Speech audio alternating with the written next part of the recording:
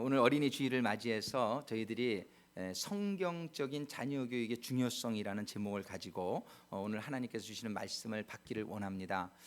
정말 하나님의 방식으로 하나님의 뜻대로 저희들이 자녀를 양육하는 것이 얼마나 중요한지 오늘 본문의 말씀을 보면은 아주 극명하게 이것을 대조해서 보여주시고 있습니다. 한 사람은 정말 하나님의 뜻대로 말씀대로 기도하며 양육한 한나의 아들 사무엘은 오늘 본문 뒤에 조금 보면은 3장의 19절부터 이렇게 기록합니다. 사무엘이 자라매 여호와께서 그와 함께 계셔서 그 말로 하나도 땅에 떨어지지 않게 하시며 단에서부터 부엘세바까지의 온 이스라엘이 사무엘은 여호와의 선지자로 세우심을 입은 줄 알았더라. 여호와께서 실로에서 다시 나타나시되 여호와께서 실로에서 여호와의 말씀으로 사무엘에게 자기를 나타내시니 사무엘의 말이 온 이스라엘에 전파되니라. 여기에 보면은 이 사무엘이 정말 하나님이 인정하시는 선지자로서 정말 크게 쓰임을 받은 그런 삶을 갖게 됐음을 볼 수 있어요. 여러분들이 잘 아시지만 사무엘은 사사 중에 마지막 사사이며 또 사울 왕과 다윗 왕을 기름 부어서 왕으로 세운 정말 하나님이 크게 쓰신 이스라엘의 가장 위대한 선지자여 지도자 중에 한 사람으로 우리가 볼 수 있습니다. 그런데 반면에 그 당시에 제사장을 지냈던 엘리라는 사람이 있었어요. 그런데 그 엘리의 두 아들의 이야기가 기록되는데 오늘 본문 2장의 12절부터 보면 엘리의 아들들은 불량자라 여호와를 알지 아니하더라.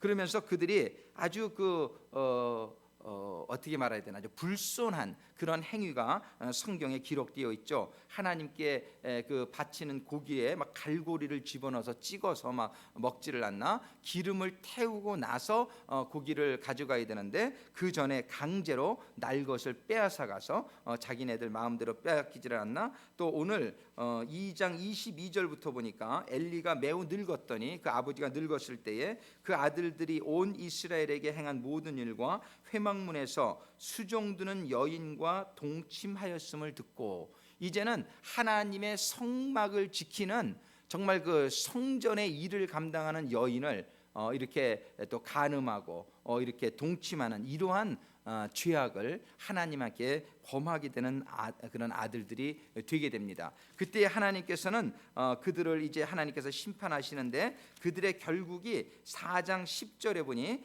블레셋 사람이 쳤더니 이스라엘이 패하여 각기 장막으로 도망하였고 살육이 심히 커서 이스라엘 보병에 엎드려진 자가 3만이었으며 하나님의 괴는 빼앗겼고 엘리의 두 아들 홈니와 비느하스는 죽임을 당하였더라.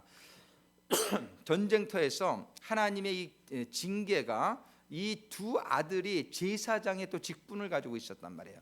이 제사장의 직분 지금 말씀드리면서 이거는 혹시 사관님에게만 해당되는 얘기는 아닌가 혹시 이렇게 생각하시는 분이 있더라면 착각입니다. 신약 성경에 보면은 모든 성도는 뭐예요? 제사장이다. 그러니까 이거를 우리 사관님에게만 해당되는 얘기가 아니라 이건 나에게 해당되는 얘기다 들으실 줄로 믿으시길 바랍니다. 여러분들이 하나님이 인정하시는 제사장의 직분을 아무리 받았다 할지라도 여러분들의 삶 가운데서 여기 보세요. 4절에 3장 4절에 보니까 이에 백성이 실로에 보내어 그룹 사이에 계신 만군의 여호와의 언약궤를 거기서 가져왔고 엘리의 두 아들 홈니와 비느하스는 하나님의 언약궤와 함께 거기 있더라. 이들이 제사장이었어요. 이들이 언약궤를 책임지고 있고 하나님의 말씀을 책임지고 하나님께 제사 드리는 걸 책임지고 있던 제사장의 직분인 것을 여기 볼 수 있어요. 언약궤에 딱 멋지게 아주 남들은 저 밑에 있는데 이게 서 있었을 거예요. 그런데 그들의 결국이 어떠했느냐 말이에요. 그들이 하나님 앞에 죄를 짓는 아들들로 이렇게 불량한 사람들로 자라게 되었을 때에 11절에 하나님의 괴는 빼앗겼고 그들의 제사장의 직분은 빼앗겼고 엘리의 두 아들 홈니와 비느하스는 죽임을 당하였더라. 같은 날 한시에 두 아들이 동시에 전쟁터에서 비참하게 죽임을 당하고 이 저주가 그들에게만 임하는 게 아니라 그 아버지가 그 소식을 들을 때에 사무엘상 4장 18절에 보니까 하나님의 괴를 말할 때에 엘리가 자기 의자에서 자빠져 문 곁에서 목이 부러져 죽었으니 얼마나 비참합니까? 그 아들들 교육을 잘못 시킨 부모에게도 하나님의 징계가, 하나님의 심판이 임해서 정말 목이 부러져 이렇게 의자에 앉아 있다가, 멀쩡하게 앉아 있다가 이 소식을 들을 때에 넘어지면서 목이 부러져 죽는 이런 비참한 죽음을 엘리가 당한 것을 우리가 보게 됩니다. 반면에 아들을 교육을 잘 시킨, 정말 아들이 없었지만 기도해서 받은 그 아들을 잘 교육시킨 한나는 하나님께서 축복하셔 가지고서 이제 그가 그 아들 이후에 하나님께서는 그에게 아들 셋과 딸 둘을 더 주셨다라고 성경은 기록하고 있단 말이에요. 정말 그에게, 한나에게는 얼마나 큰 축복이 그에게 임했는지 모릅니다. 우리는 오늘 본문의 말씀을 통해서 자녀의 교육이 얼마나 중요한지를 다시 한번 깨달아 알 수 있게 되기를 바라고, 여러분들이 잘 들으십시오. 여러분들의 자녀를 잘못 교육하였을 때에 그 책임이 여러분들에게 또 임한다는 사실을 오늘 받을 수 있게 되기를 주님의 이름으로 축원합니다. 오늘 자녀들의 성공뿐만이 아니라 여러분들이 자녀를 잘못 가르치게 될 때 그 아이들이 얼마나 비참한 죽음, 지옥에 가는 죽음을 당할 뿐만 아니라 여러분들이 여러분의 자녀를 잘못 가르친, 인도하지 못한 책임을 하나님께서는 묻겠다는 그 경고의 말씀을 우리들이 받을 수 있게 되기를 바랍니다.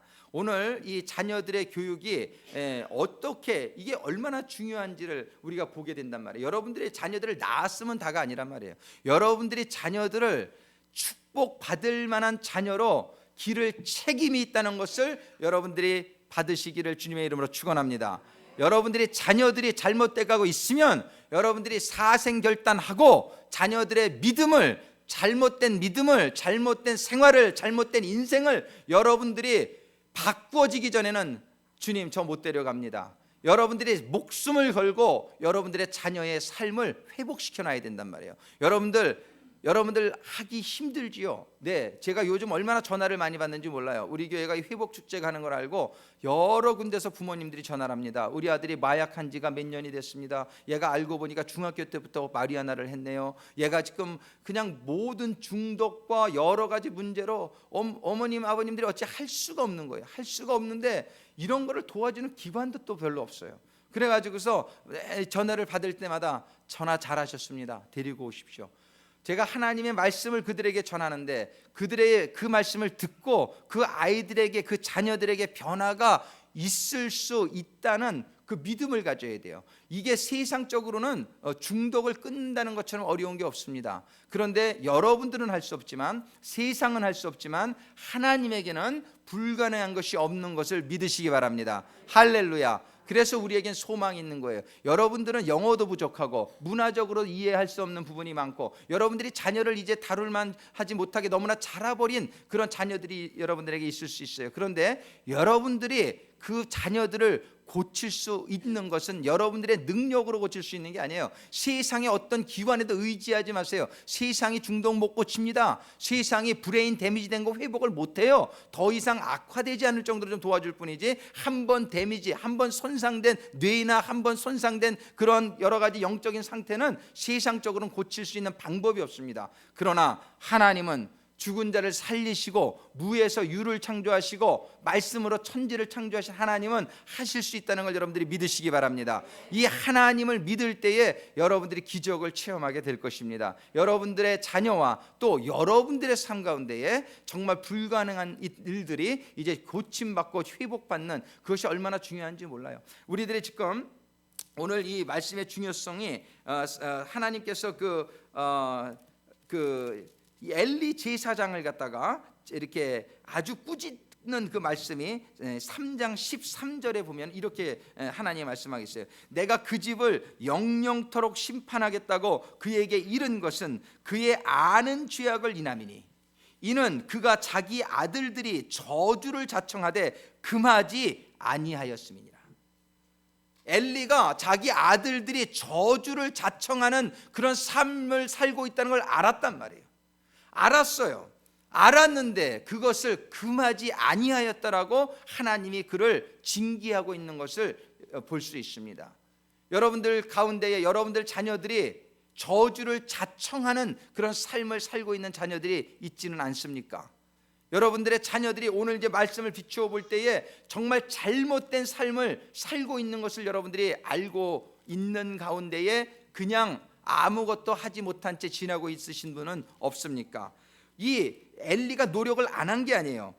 사무엘상 2장 24절부터 보면 엘리가 아들들을 훈계하는 내용이 이렇게 기록되어 있어요. 내 아들아 그리 말라. 분명히 엘리 제사장은 얘기했어요. 내게 들리는 소문이 좋지 아니하니라. 너희가 여호와의 백성으로 범각해 하는도다. 사람이 사람에게 범죄하면 하나님이 판결하시려니와 사람이 여호와께 범죄하면 누가 위하여 간구하겠느냐 하되 그들이 그 아비의 말을 듣지 아니하였으니. 이 엘리 제사장이 자녀들에게 말을 안 한 것이 아니에요.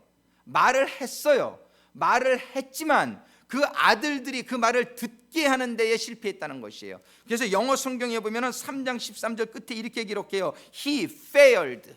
영어 단어로 He failed to restrain them. 그 아들들을 그 잘못된 생활을 스탑시키는 것에 fail했다는 거예요. 그것을 잘못 살아가고 있는 삶을 중지시키는 것에 실패했다라고 성경이 기록해요. 이 실패한 것 때문에 노력을 안 한 게 아니에요. 엘리 제사장의 아들들에게 얘기했어요. 분명히 얘기했어요. 너 이렇게는 이거는 너 어떤 징계를 네가 받으려고 하느냐. 사람에게 짓는 죄도 아니고 하나님의 그 제물에 네가 손을 대고 하나님의 성전을 지키는 여자와 동침한 이 죄를 내가 어떻게 감당하려고 하느냐. 엘리 제사장이 말을 안 한 게 아니에요. 말을 했어요. 그런데 그는 그 아들들을 끝까지 잘못한 것을 회개케 하는 데에 실패했다는 것이에요. 무슨 말인지 이해가 가십니까? 여러분들이 자녀들을 좋은 말로 해서 안 들으면 두드려 패서라도 얘를 고치지 않으면 그 책임이 여러분들에게 가게 될 것이라는 걸 잊지 마시기 바랍니다. 여러분들의 자녀를 고치는 데에 여러분들의 생명을 걸어도 이건 아깝지 않아요. 이 세상에 자녀보다 소중한 게 어디 있냔 말이에요. 자녀들의 구원보다 소중한 게 어디 있냔 말이에요. 근데 이 자녀들이 잘못 살아가고 있는데, 이 자녀들이 죽음을 향해서 가고 있는데, 여러분들이 그 자녀를, 그 잘못된 것을 고쳐주지 아니하면 여러분들이 그 책임을 어떻게 감당해야 될지 모른단 말이에요. 여러분들이 오늘 말씀을 잘 들으시기를 주님의 이름으로 축원합니다. 여러분들이 이제 자녀를 교육하는데 3가지의 원리를 기억하시기를 바라요. 그런데 이 원리를 들어가기 전에 한 가지를 먼저 깨달아야 됩니다. 그게 뭐냐면 자녀들이 잘못되고 있는 것이 거의 90% 이상이 부모 책임이라는 것을 여러분들이 깨달으셔야 됩니다. 자녀들의 잘못이 원인이 자녀들에게 있지 않다는 것이에요. 여러분들 고구마를 심으면 뭐가 납니까? 너무 심각하게 나가서 죄송합니다. 조금 긴장 푸시고. 고구마를 심으면 고구마가 나요. 그죠? 감자를 심으면 감자가 나요. 여러분들이 죄의 씨를 심었기 때문에 여러분들 자녀들 가운데에 죄성이 있다는 것을 부인하지 마세요. 여러분들 다윗의 아들 솔로몬이 왜 그렇게 나중에 여자 부인을 1000명씩 끌어들이면서 타락하게 되었는가? 다윗은 굉장히 훌륭한 그런 주의 종이요 믿음의 사람으로 성경이 얘기하는데 어찌 그 아들이 그렇게 되었는가? 이유가 있어요. 이 다윗이 솔로몬을 임신할 때가 중요해요. 다윗이 솔로몬을 임신할 때에 그 다윗은 어떤 다윗이었어요? 바람핀 다윗이었어요. 그 다윗은 육신의 정욕을 이기지 못하고 넘어간 다윗이었어요. 그 죄성의 인자가 솔로몬 임신하게 될 때에 그대로 임하게 되었다는 거예요. 여러분들 육적인 모습만 담는 게 아닙니다. 영적인 그 인자가, 인격적인 인자가 그 자녀에게 내려가고 있단 말이에요. 그래서 자녀들 잘못하는 것에 대해서 여러분들이 먼저 회개하셔야 돼요. 내가 그 잘못했던 그 인자가, 나의 죄성이 쟤한테 내려갔구나. 제가 저렇게 죄 짓고 사는 데에 내 책임이 90%구나. 물론 후천적인 것이 없다고는 볼 수 없어 있습니다. 그런데 선천적인 것에 그 원인이 있다는 것을 우리들이 깨달아야 돼요. 근데 이제 다 났는데, 그래서 여러분들 젊은 분이 있으시면 지금 기억 잘 들으세요. 젊은 분들은 아기 임신하기 전에 여러분들이 먼저 거룩하고 정말 여러분들이 원하는 그런 갖고 싶은 자녀의 모습으로 여러분들이 먼저 변해 있어야 돼요. 여러분들이 먼저 변해 있는 가운데 자녀를 임신하게 되면 그 자녀가 그 좋은 상태를 그대로 갖고 태어납니다.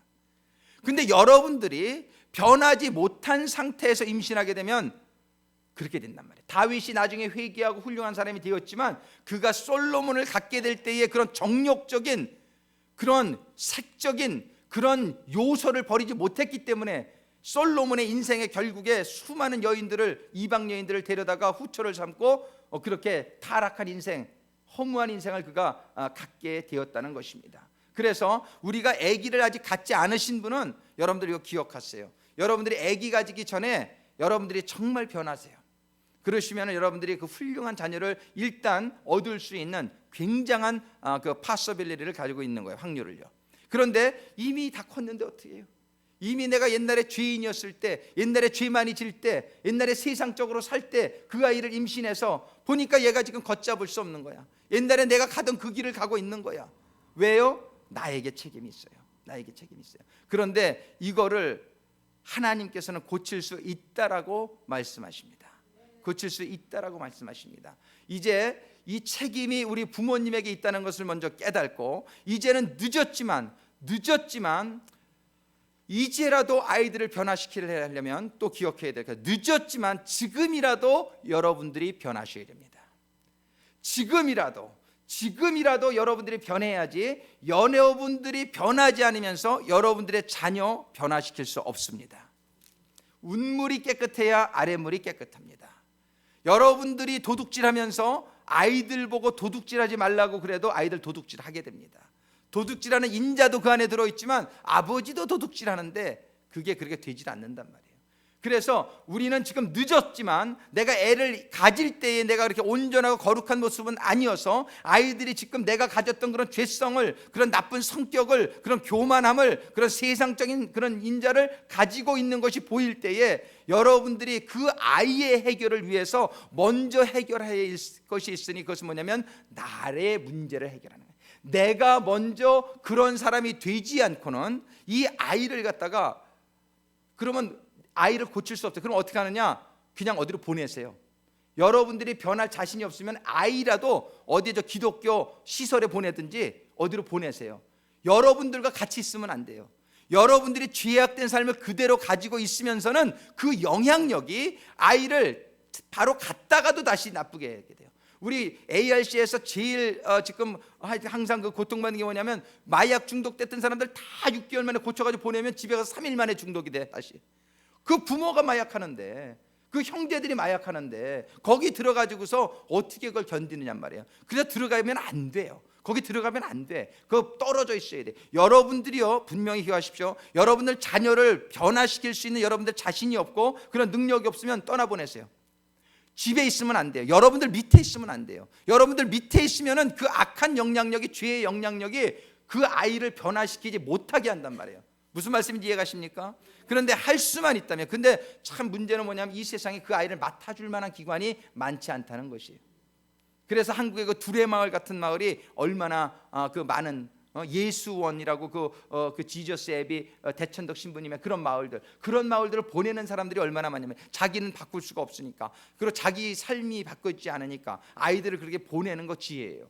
그런데 제일 좋은 거는 거기를 어디로 떠나보내기 전에 내가 먼저 바뀜으로 말미암아 얘를 고쳐야 되겠다, 이런 작정을 하면 누가 먼저 좋습니까? 여러분이 먼저 좋은 거예요. 여러분들이 변화가 임함으로 말미암아 여러분들이 얼마나 하나님께 정말 축복받는 먼저 존재가 되느냐 말이에요. 얼마나 감사하는. 저는 그래서 이 마리아나나 마약 중독된 그 아이들을 데려온 걸 치유하다 보면 너무나 감사한 게, 그 아이의 문제 때문에 가정이 다 축복을 받아요. 그 아이 때문에 제가 항상 여러분들 부모님, 여러분 형제들이 바뀌지 않고는 얘가 못 바꿉니다. 여러분들이 하나님께 온전히 돌아와야 됩니다. 그래야 얘가 바뀝니다. 이런 것들을 깨닫고 부모님들이 잘못된 생활을 청산하고 돌아오게 되는 역사가 그 아이 하나의 문제 때문에 이루어지더라고요. 그래서 이건 너무나 이건 축복의 통로다. 이래서 감사의 조건이구나. 여러분들 자녀들에게 문제가 있습니까? 여러분들 믿으십시오. 축복의 통로가 될 것을 믿으시기 바랍니다. 여러분들 자녀들에게 어려움이 있습니까? 감사하세요. 모든 일에 성경은 감사하라고 그러잖아요. 왜냐하면 그 어려움 때문에 여러분들이 겸손해질 수 있는 거예요. 여러분 자녀들의 문제 때문에 여러분들이 무릎을 꿇고 기도하는 자가 될 수 있는 거예요.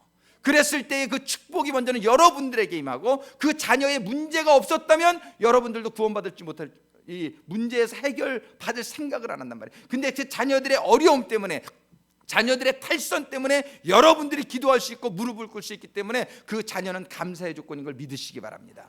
그래서 우리는 이제 이러한 모든 문제 원인의 해결에 자녀들에게만 있지 않다는 걸 먼저 분명히 이해하시고, 내가 바뀌어야 되는구나, 내가 전에 바뀌었어야 되는구나, 근데 전에 내가 바뀌지 못했으니까 이제라도 내가 바뀌어야 되는구나, 이거를 분명히 기억하시기를 바랍니다. 그럼 어떻게 바뀌어야 되느냐? 첫 번째, 이 한나는 아들을 갖다가 받았을 때에, 하나님께 간구해서 받았을 때에 애가 젖을 떼자 다시 하나님께 드렸다라고 성경에 기록해요. 이것이 삶의 가장 중요한 것입니다. 여러분들이 어떠한 인생관을 가지고 있습니까? 여러분들이 어떠한 인생의 목적을 가지고 있는지가 여러분들의 인생을 결정합니다.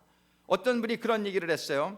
우리 구세군의 제너럴이 그 부분을 했어요. 린다 본드 제너럴이 이번에 그 미션 스테이먼트, 자기의 그 비전 스테이먼트 할 때, 비전이 없이 살아가는 삶은 시간 낭비가 될 뿐이다, 이렇게 얘기했어요. 영어로 얘기하면 뭐라고 했냐면은 without vision is simply passing the time. 그냥 시간만 지나가게 하는 것이다. 목표가 없어요. 뭐 바쁘긴 바빠요. 뭐 맨날 뭐 바빠요. 할 일이 많아요. 그런데 뚜렷한 인생의 목적을 깨닫지 못하고 살아가는 사람은 여러분들 나중에 죽기 전에 내가 헛살았구나, 내가 잘못 살았구나, 이러한 고백을 안 하는 사람이 없단 말이에요. 인간에게 무엇이 인간의 삶의 목적인지를 깨닫지 못하고 사는 사람들이 얼마나 많냔 말이에요. 교회를 나와도 이 목적을 깨닫지 못해요. 지금 홈리와 비느하스와 엘리가 제사장의 직분이었지만 저들이 인생의 목적을 깨닫지 못했단 말이에요. 왜 사는 것인지, 우리가 무엇을 위해 살아가야 되는 것인지를 깨닫지 못하고 살 때에 얼마나 비참한 최후를 맞이하였느냐.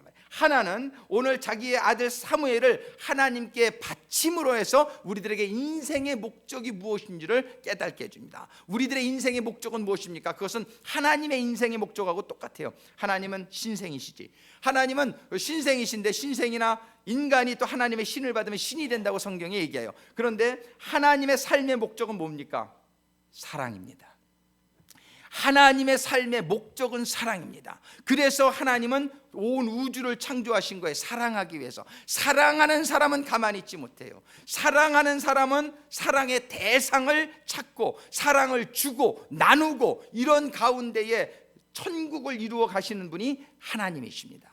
하나님은 사랑이십니다. 하나님의 삶의 목적은 사랑이고 방법도 사랑입니다. 이 목적을 잃어서는 안 돼요. 근데 수많은 사람들은 이 세상에 살아가는 목적이 무엇인지를 몰라요. 그들은 살아가는 목적이 내가 잘 되는 것이요, 내가 편안한 것이요, 그저 셀피시한 이기적인 유익을 위해서 살아가고 있지 않습니까? 그건 사랑이 아니에요. 사랑은 남을 사랑하는 거예요. 사랑은 희생하고 헌신하고 다른 사람, 나의 상대를 위하는 것이 사랑입니다. 여러분들이 교회를 다녀도 이러한 사랑의 목적을 깨닫지 못하면 여러분들은 크게 지금 뉘우치고 깨달아야 됩니다. 여러분들의 삶의 목적을 알아야 돼요. 여러분의 삶의 목적이 여러분 자신에게 있지 않냐고, 여러분 남편에게 있고, 여러분 아내에게 있고, 여러분 자녀에게 있고, 여러분 교회에 있고, 여러분들 친구에게 있고, 여러분들 커뮤니티에 있어야 돼요. 우리의 살아가는 목적이 깨달아지지 않아서 얼마나 많은 사람들이 전쟁하며 싸우며 이렇게 지옥 같은 세상을 만들어가며 살고 있느냐 말이에요. 하나님의 이 삶의 목적, 사랑만 깨달으면 이 세상은 천국이 되는 것이에요.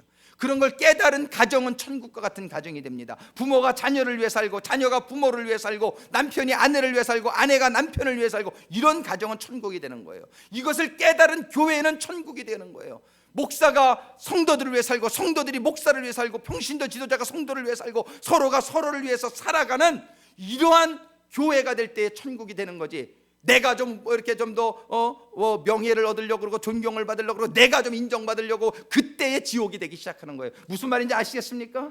인생의 목적을 뚜렷이 우리들이 깨달아라는 거예요. 성경이 뭐라고 합니까? 너희는 마음을 다하고 목숨을 다하고 뜻을 다해서 너희 하나님을 사랑하고 내 이웃을 내 몸과 같이 사랑하라. 이것이 온 선지자와 율법의 가장 중요한 교훈이라고 말씀하시고 있지 않냐 말이에요.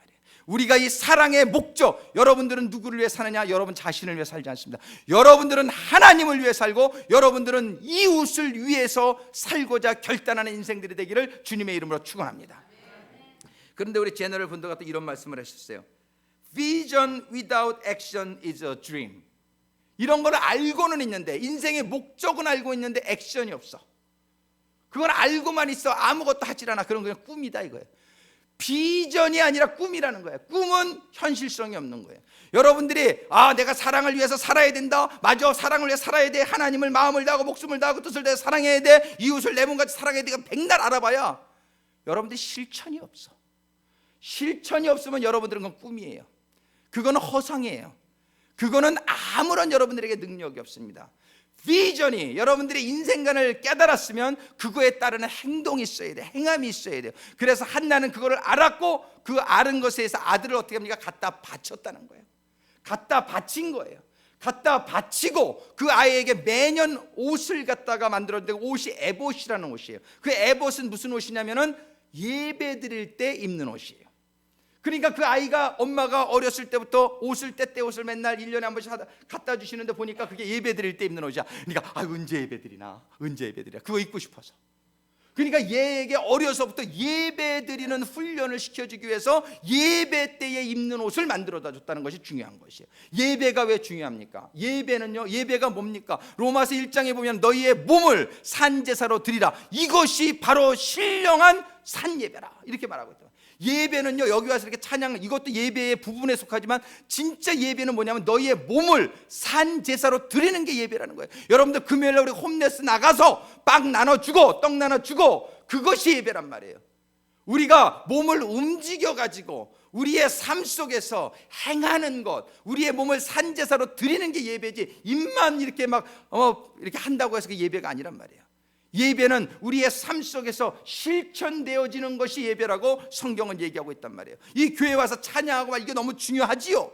여기 오는 건 쉽습니까? 여러분들이 버스표 내고 돈 내고 여기 와야지. 차 끌고 기름 쓰고 시간 여기 와서 소비하지요. 여러분들이 또 그것만 하니까 와서 뭐 봉사하는 것도 많지요. 이게 쉽지가 않지요. 이거는 희생이 필요하고, 이건 헌신이 필요하고, 이건 시간이 필요하고, 이건 돈이 필요하지 않습니까? 어떤 분들은 주일날 새벽 6시, 7시에 나와서 우리 교회도 일하는 사람들이 있어요. 8시에 나와서 찬양 연습하고, 이러는 분들은 다 희생과 헌신이 필요한 거예요. 하나님이 예배라는 것을 통해서 우리가 알게 되기를 원하는 건 뭐냐면은 너희들의 희생하는 것이 습관이 되기를 원한다는 거예요. 예배 하나를 드리기 위해서 얼마나 많은 희생과 얼마나 헌신이 많이 필요한지 모른단 말이에요. 이런 것들이 예배란 말이에요. 예배는 worship is giving. 예배는 주는 것이라고 성경이 얘기한다. 근데 예배 나올 때 나는 오늘 가서 내가 오늘 뭘 좀 받아야지. 내가 인정도 받고 내가 뭐 좀 밥도 먹고 뭐 이렇게 뭘 받아, 이렇게 생각하고 싶으면 여러분들은 진정한 예배자로서의 자격이 안 된 거예요. 내가 가서 남들 밥도 좀 내가 오늘 공개해주고, 내가 오늘 가서 찬양으로 다른 데 은혜도 받게 해주고, 내가 가서 뭐 좀 이렇게 이렇게 뭐 좀 해가지고서 사람들 은혜 받게끔, 이게 주로 오는 자가 참된 예배자입니다. 그래서 이러한 예배의 행함이 없이는 비전은 꿈으로 끝나요. 일단 우리의 비전을 근데 정립해야 된다. 비전은 뭐예요? 우리의 인생관은 뭐예요? 우리의 삶의 목적은 뭐예요? 사랑하기 위해 산다. 한번 따라하겠습니다. 사랑하기 위해 산다. 두 번째, 사랑은 주는 것이다. 이 두 가지가 이렇게 중요합니다, 인생에. 근데 우리의 자녀들이, 아니 여러분들이 이러한 인생관을 가지고 있지 못한 분도 있지 않느냐 말이에요. 여러분들이 이러한 인생관을 가지고 살지 않았는데, 엘리가 뭐예요? 자기만 그거 여기 뭐라고 말하냐면은 내가 그 음식을 가지고 네 애들만, 여기 2장에 사무엘상 2장에 보면 뭐라 그러냐면 29절에 너희는 어찌하여 내가 나의 처소에서 명한 나의 제물과 예물을 밟으며 내 아들들을 나보다 더 중히 여겨 내 백성 이스라엘에 드리는 가장 좋은 곳으로 스스로 살찌게 하였느냐. 그러면서 30절에 그러므로 이스라엘의 하나님 나 여호와가 말하노라 내가 전에 네 집과 내 조상의 집에 내 앞에 영영 행하리라 하였으나 이제 나 여호와가 말하노니 결단코 그렇게 아니하리라. 나를 존중히 여기는 자를 내가 존중히 여기고 나를 멸시하는 자를 내가 경멸히 여기리라. 여러분들이 자녀들 시험 있다 그러면 얼마나 공부해. 교회는 무슨 교회? 여러분들이 하나님을 얼마나 경멸히 여기냔 말이에요. 여러분들이 정말 하나님을 존중하지 않으면서 하나님의 존중을 받기를 원치 말라고 성경이 얘기한단 말이에요. 여러분들이 세상적인 유익이 조금만 무슨 일이 있으면 교회 빠지는 거 밥 먹듯이 하잖아요. 자녀들은 뭐 더 말할 것도 없죠. 얼마나 잘못 가르치고 있느냔 말이에요. 여러분들이 하나님을 존중히 여기지 않는 너희를 내가 너를 존중히 여기지 아니하리라. 너희가 나를 멸시했으니 나도 너희를 멸시한다. 이렇게 얘기하잖아요. 여러분들이 깨달으시기를 주님의 이름으로 축원합니다. 여러분들이 이 세상의 만유의 주인이 되시고 생사화복을 주관하시는 분은 하나님이시라는 거 정말 믿습니까? 여러분들이 그걸 믿으시면 여러분들이 하나님께 구해야지. 엉뚱한 데 가서 학위가, 돈이 여러분의 자녀를 성공시켜 주십니까? 아닙니다. 그 학위가, 그 돈이 여러분의 자녀를 죽음으로 몰고 간다는 걸 깨달으셔야죠. 그들이 그게 나쁘다는 게 아니에요. 돈이 필요하고 학위가 필요해요. 좋은 거예요. 영광 돌릴 수 있어요. 그렇지만 그들이 그것을 받기 전에 하나님에 대한 자세가 그 애들에게 있어야지요. 여러분들 부모님들 오늘 결단하시길 바래요. 여러분들이 사생 결단을 하시기 바래요. 이놈아, 네가 하나님만 믿으면 나 죽는다. 너 하나님 믿어야 된다. 너 교회 나와야 된다. 너 하나님 제대로 믿어야 돼. 너 그렇지 않으면 너 죽고 나 죽는 거야. 이걸 아주 목숨을 거세요. 여러분들이 할 수 없으니까 뭐예요? 기도해야 돼요. 여러분들이 안 되니까 기도해야 되는 거예요. 여러분들이 왜 기도 안 합니까? 하나님 안 믿으니까 안 하는 거예요. 하나님의 전지전능하심을 안 믿으니까 기도 안 하는 거예요. 그러니까 애들에게는 변화가 없는 거예요.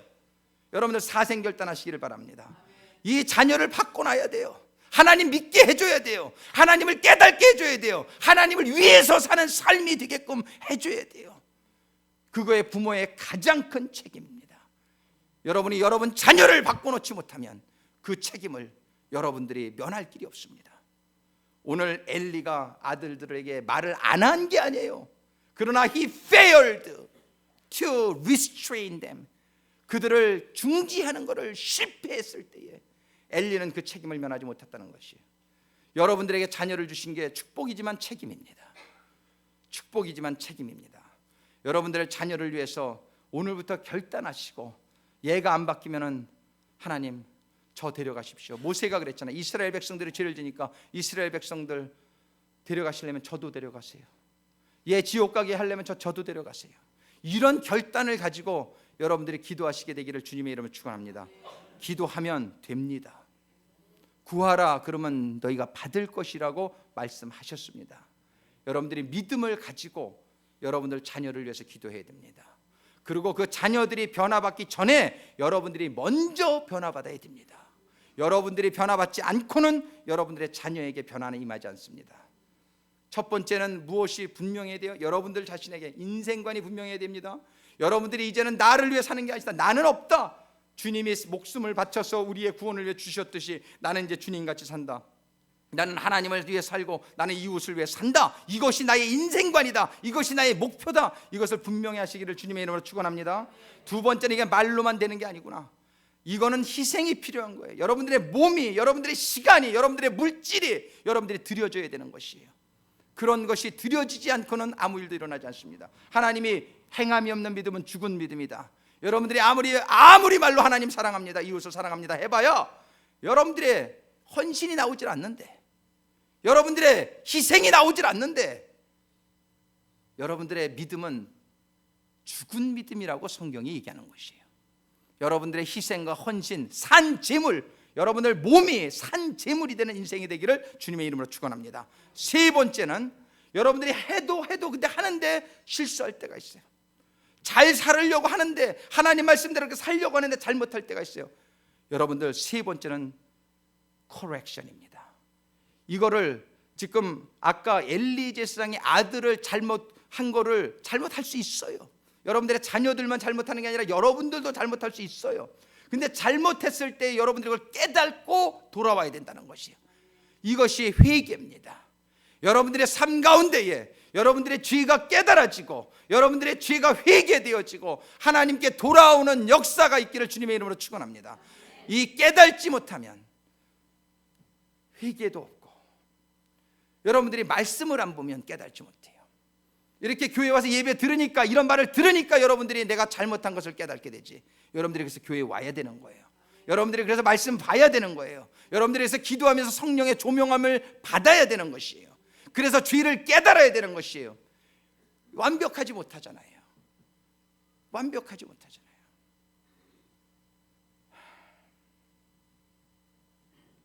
우리의 삶 가운데 얼마나 고쳐야 될 부분이 많습니까?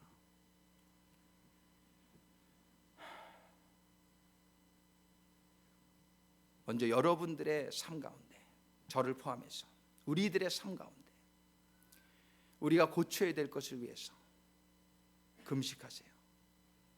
고쳐야 될 것을 위해서 사생결단하세요. 여러분들이 고치지 못하건, 여러분들이 변화받지 못하건, 여러분들의 자녀는 변화받지 못합니다. 여러분들이 변화받을 때 얼마나 하나님이 기뻐하시며 여러분들이 축복의 통로가 될 줄로 믿습니다. 여러분들이 축복의 통로가 되시, 여러분들이 저주의 통로가 돼서는 안 돼요. 여러분들이 축복의 통로가 되시지. 여러분들 자녀들이 잘못한 것이 90% 이상의 나에게 책임이 있으니 여러분들은 이미 큰 책임감을 느껴야 돼요. 이제는 그 아이를 변화받게 해야 되겠는데 그 시작이 여러분들에게서 이루어져야 된다는 것이에요. 자녀를 주신 건 큰 축복입니다.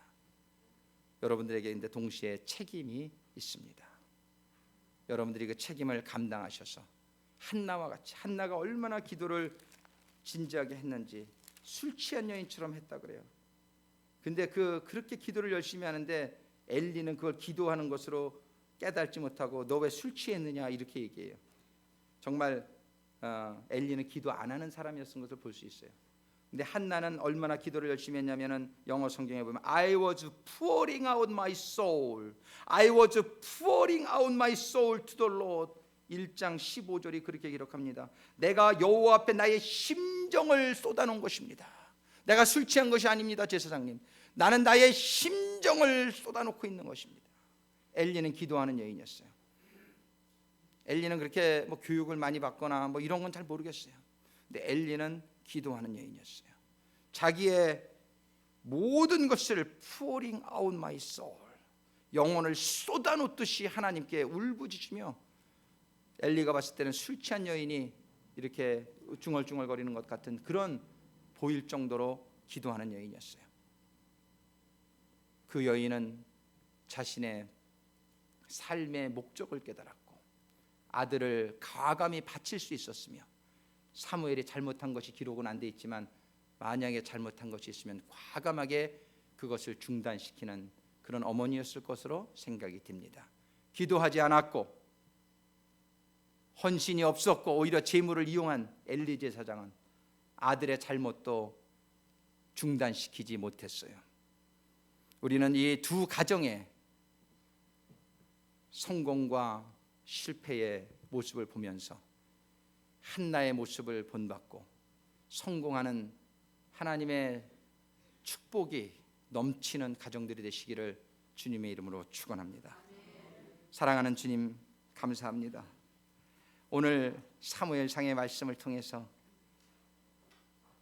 기도하는 여인 한나, 아들까지 바칠 수 있는 한나, 이런 귀한 믿음의 여인을 보게 하심에 감사를 드립니다.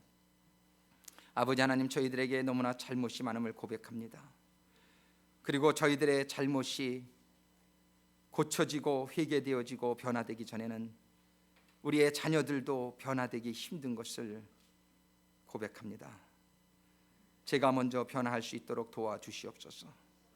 제가 먼저 저의 죄를 깨달을 수 있도록 도와주시고 과감히 새롭게 태어나는 인생이 되게 하시고 저를 통해서 우리의 자손들과 우리의 모든 삶의 반경이 축복받는 통로 되게 하여 주옵소서.